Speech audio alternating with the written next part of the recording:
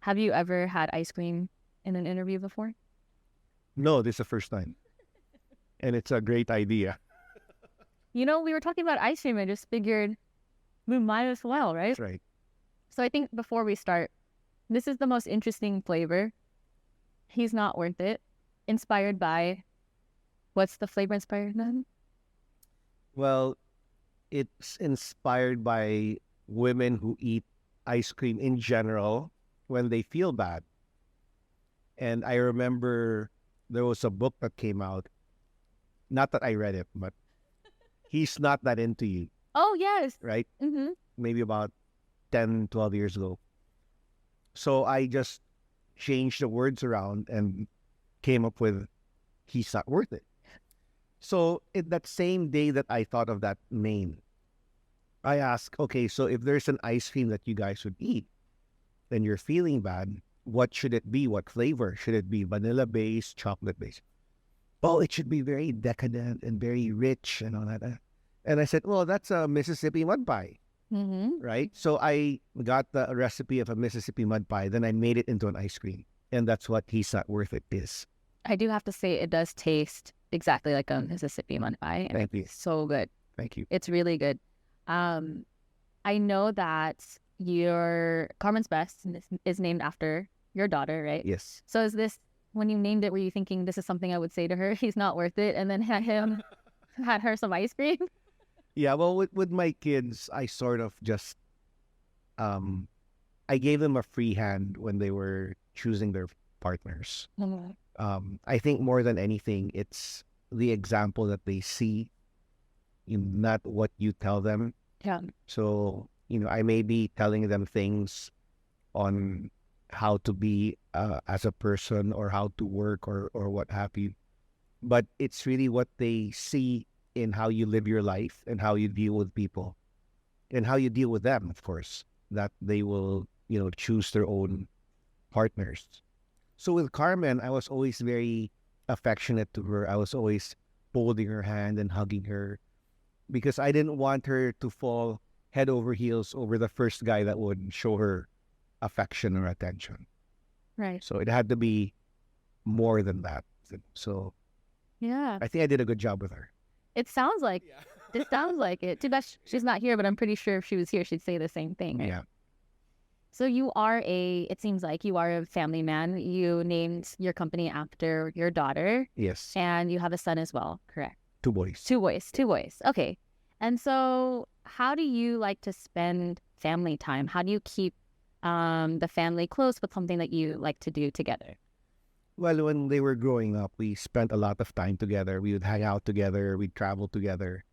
And as they got a little bit older, when they were in their teen years or even their early 20s, they started hanging out with their own friends, which is a good thing. I mean, it's not exactly healthy that they would keep on hanging out with their dad, So they would hang out with their friends more. And I was like, okay, well, what am I going to do now?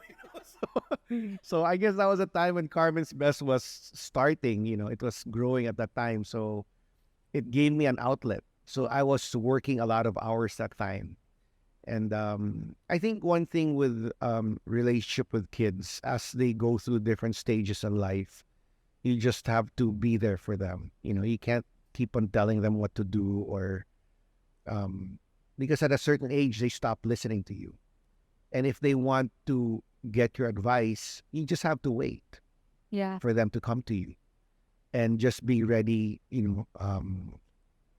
free up your schedule for lunch or dinner and spend time with them should they have any questions. But I definitely don't tell them, do this or do that because they're of age and they're all working. They've all finished college. Yeah. That's very wise and very aware of you. I think some parents, it's hard for them to let go a little bit and to wait. Is it still hard for you to wait for them to come to you, or? Actually, it was hard. It was hard when I realized, they don't listen to me anymore, and they don't need me anymore. And it's an adjustment because when they're younger and you put so much of your time and effort to be with them and to be together, and then you see that they're growing, it sort of puts you in a situation like, oh, well, okay, well, that's good that they're growing, but I guess I have to also do my thing now. Mm-hmm. And then you realize that the best way to deal with the kids is just to wait for them to come to you than telling them what to do, or or how to behave, or what have you. So I think we're at that stage now because my kids are in their mid to late 20s. Yeah.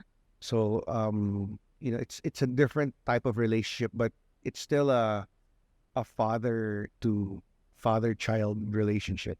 Right. Even if I'm in my 60s or 70s, I always see them as my kids and my Yeah. Yeah.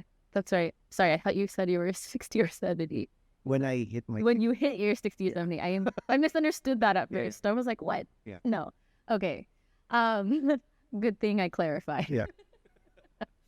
I was gonna say, and now I lost my train of thought. Yeah. But oh yes. Okay, so you were saying that when you had to let go, you realized you had to find something for you to do, and that's Yeah. why Carmen's Best kind of came into play. Would you say now that Carmen's Best is sort of your child now? This is your baby Yeah.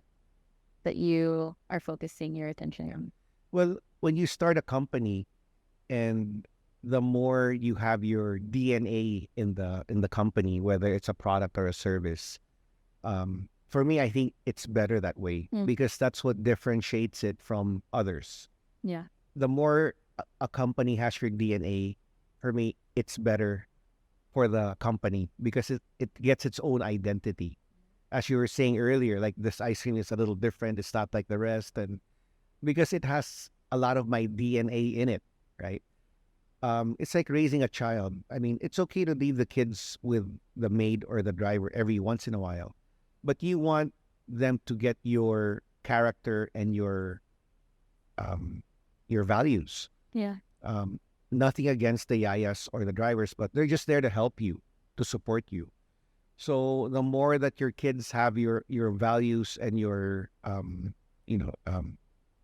of how you see life and how you deal with people, I think it's better that way. So if you are a little bit detached with your company and it doesn't have your DNA, then your company will fail to differentiate itself from others, right? Because it's not like the founder, or it's not like the owner. So what is it like? Right. So yeah, that's how I describe starting a business. Starting a business, yeah.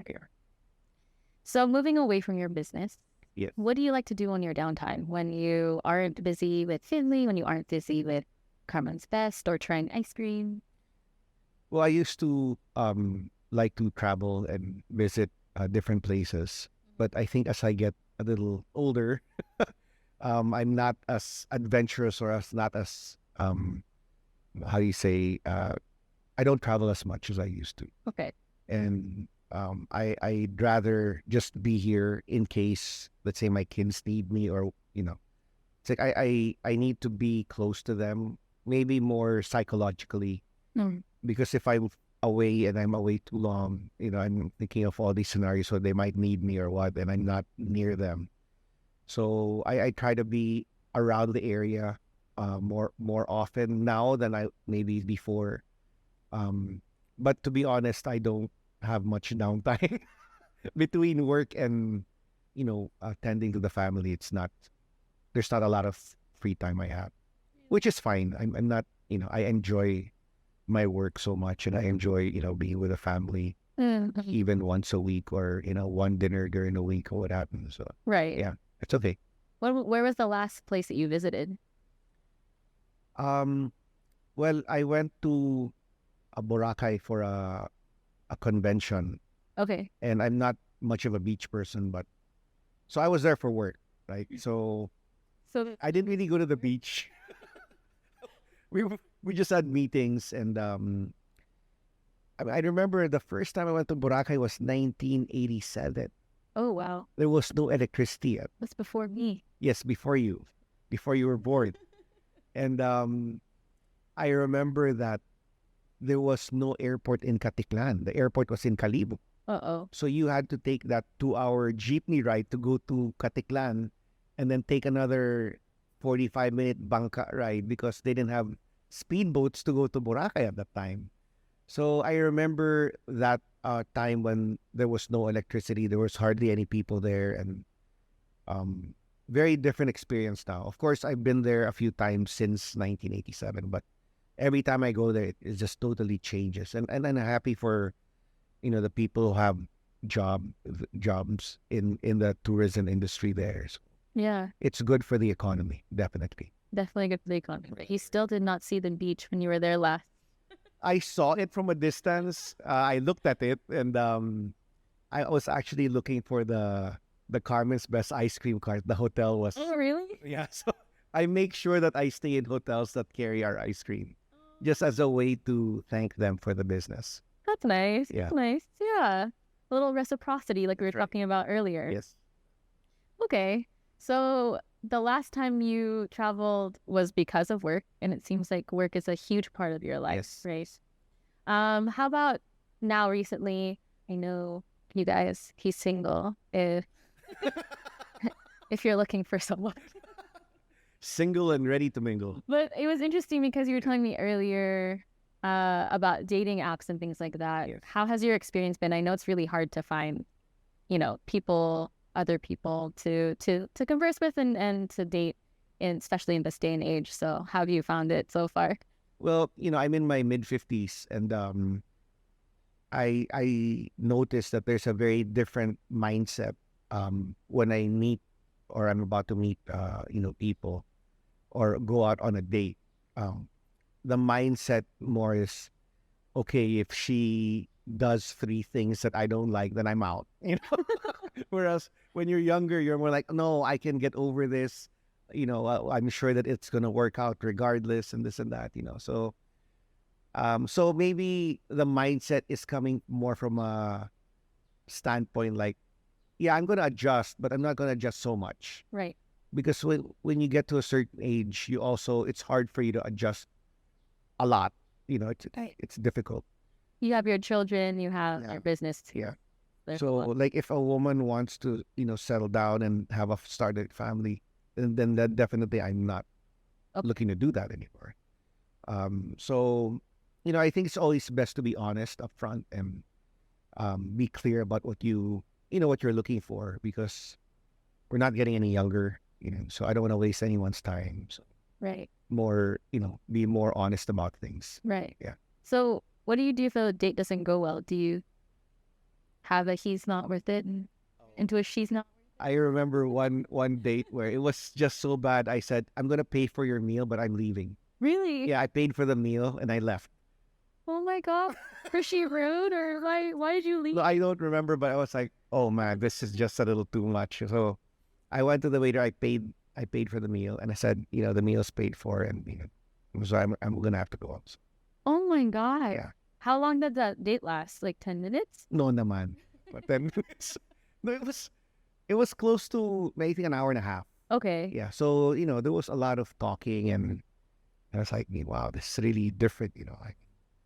Yeah. I mean, same thing with me. I mean, the women that I'll go out with who are closer to my age, Mm-hmm. because I refuse to go out with anyone who's the age of my kids, of course. Right. Right. So they're also set in what they do and how they think. So for me, I think it's easier this way because you don't really there's not a lot of games that are played. Yeah. You're more straight to the point. That's really interesting. Yeah, that is true. I think there is some upside to that. And Yeah. it sounds like you guys have different pieces of a puzzle, right? So you have to Yes. see what fits into your life and what Sure. doesn't. And at least after the first date if it's not going to work or not. Yes, I think the first 5-10 minutes you're gonna tell, like, if you can spend even 30 minutes with this person or not. How can you, what is something that, I guess, what are things that you look for that really like tell you, yeah, this is someone I can spend time with or not? Well, I mean, for the first, it's how they talk to you. Mm. Because sometimes you can feel that they're not necessarily putting you down, but they're not giving much importance to what you say, or they're not listening to what you're saying. So even just the first few minutes, you have an idea of how this person is. I understand that some people are nervous and all that, so you have to take that into consideration. But I think I'm at an age now where you can sort of read people better than when maybe you're younger. Yeah. So, I rely on that gut a lot, because you can't really fool your gut, Yeah. right? So Yeah. if you feel like, oh, there's something wrong with this guy, or there's something wrong with this girl, it's like normally trust your gut because it's normally right. Right. Yeah. It sounds like throughout your whole life you've always been so connected to who you are, Yeah. and you've always listened to your gut. Yeah. Would you say that's one of the keys to your success in life in general? I think so. I think understanding, what you're good at, what you're not good at, and realizing that you might need to hire somebody that will sort of um, supplement your weakness, Mhm. right? Like I know, like I was really bad with logistics, so I needed to find somebody who was good with that aspect of the business, so they would supplement my weakness. Um, but on the personal life, like I don't like women who go out a lot. Mhm. Like I'm more of a homebody. Mhm. If they start asking me to go out or socialize a lot, that might be a problem for me because I don't like to socialize so much. Right. Yeah, I'm okay just staying in the house and reading a book or Yeah. Well, don't you think it would be okay if they, or would it be okay with you if, let's say, you're dating someone and they like to go out, but you don't necessarily have to go with her? Would that still work? Yeah, Okay. I'm totally fine with that. Okay. Because at the end of the day, if you trust each other enough, and I think the other person should have also their own life and do their things and have their own friends, Mhm. not doing everything together. Yeah, Okay. I completely agree. Yeah. So you said you like to read books. What genre of books, or is there like a favorite book that you have? Well, it's more normally business books Okay. that I like to read, and I was recently in a bookstore and I found out there was a re-release for one of my favorite books, which is called Confessions of an Economic Hitman. Ooh. And Okay. apparently there's like 6 new chapters. So I bought the book. I haven't started rereading it yet, but I'm looking forward to reading the 6 new chapters because it explains about how back in the 70s how the U.S. would be going to these third world countries and taking advantage of their so-called friendship with let's say Saudi Arabia or what, Right. and push their own agenda for the US. Oh, that's Yeah. really interesting. I'm gonna have to pick that up. Let's talk about the deal that's happened within the last year, right? With Metro Pacific. Yes. They bought 51% and you still have 49%, right, of the company. Yes. So what led you to do this deal? Is there something that happened in your personal life, or what was the decision here? Well, number one, we were not looking for a partner or someone to come into our company and invest. It was totally out of the blue that they approached us. In fact, we didn't even hire like an investment banker to look for a fund who would want to come into our company. So we were just running the business. This was during the pandemic, and I remember it was at the funeral of former President Aquino. We were my dad and I were at the funeral, and former Secretary Babe Singson, who was the DPWH of former President Aquino, tapped my shoulder and asked me if we were open to listening to an offer from Mr. Manny Pangilinan. And it sort of caught me off guard. It's like, well, us? Aren't we too small for their company? I mean, they're invested in such huge companies like PLDT and Meralco, and why would they want a piece of our company? We're just like a small ice cream company. But it turns out that they were looking to start get into the agriculture sector, and they wanted Carmen's best to be the first acquisition. Wow. And they also wanted to use the name because it had such a strong name and brand in the market. So they were after the name of Carmen's Best Ice Cream. Okay. Yeah. And so what made you say yes? Well, we had dealt with Mr. Pangilinan in the past, and he's always come across as a very fair and down-to-earth person. The few times that my dad and I dealt with him. So I felt that, maybe it's a good a good time to explore, if they were to invest. And initially, they wanted to come in as a minority shareholder.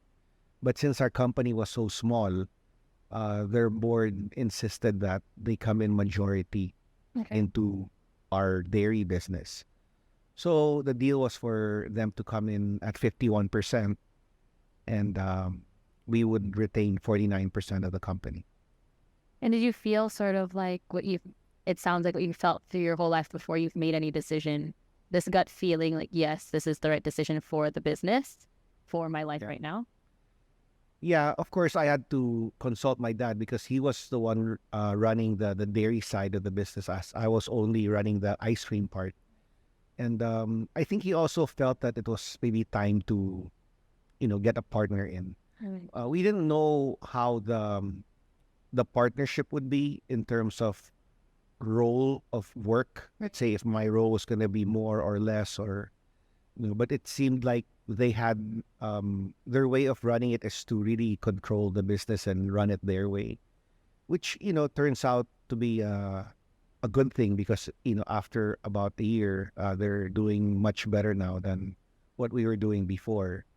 So at the end of the day, I think we're happy, and we're glad things worked out the way it did. And I'm now back in the cable TV broadband internet business of our family. Oh, wow. Yeah. Okay. So I'm back helping run that business again, which is a very different type of business because we have so many people working in the organization that I don't have to work as long hours and as much as I did running Carmen's Best. So Okay. yeah. Yeah. So you have more time Yes. to. Yes. Yeah. Would you say you're happy with how things turned out? Now you're back to cable. Yeah. How much time do you actually spend with Carmen's Best? Not that much. Not so much anymore. Okay. Um. So it's more. I'm pretty much 100% with the cable company now. Yeah. Wow. Okay. So you've let go of this project a little bit, right? Yes. Yes. Like one of your children. Yeah. You could say. Yeah. I think another way of describing it is it's a finished chapter in my life, and a very important chapter that's finished. And, so I want to the next chapter, which is doing the cable TV and internet business. So what's next for you? Is there anything that people can look forward to then in this new chapter with Paco Magsaysay? Yeah. Well, I think with this business, we're still, trying to grow it. Yeah. So we have plans of growing the business still. We're not remaining as is. Okay. So you have more time to spend time with the family, go on Yes. dates and whatnot. Yeah, I don't really put too much importance with my personal life. Okay. I think the less you have pressure on that, then, I think it's better because sometimes you get disappointed, Right. Yeah. Okay.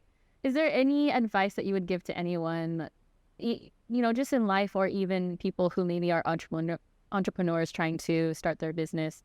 Anything that you've learned with your chapter with Carmen's Best, what would you tell them? Well, if you're going to start a business, it's going to take up considerably a lot of your time. And if you're going to work a lot of hours growing your business, you really need to, as much as possible, enjoy what you're doing. Mm-hmm. Because if you don't enjoy what you're doing, you're going to find it very difficult spending a lot of time doing what you're doing. Yeah. Right.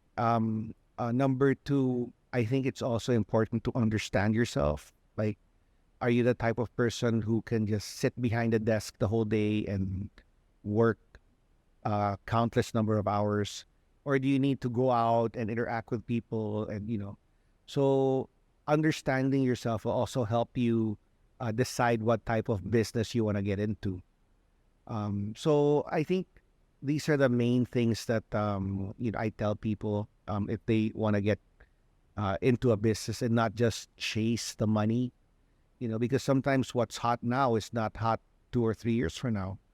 But if you do something you enjoy and you truly feel for what you're doing, then whether it's still in still hot or not, you're still gonna enjoy yourself regardless. Yeah. So it's more like finding your purpose or finding what you're meant to do in life, and just sticking to it, because it's a long journey. It's not even a marathon. It's like running 20 marathons before you see things happen. Really good advice. Yes. Thank you so much for joining us here on Just Launch. I had a great time getting to know you, and we look forward to your next chapter.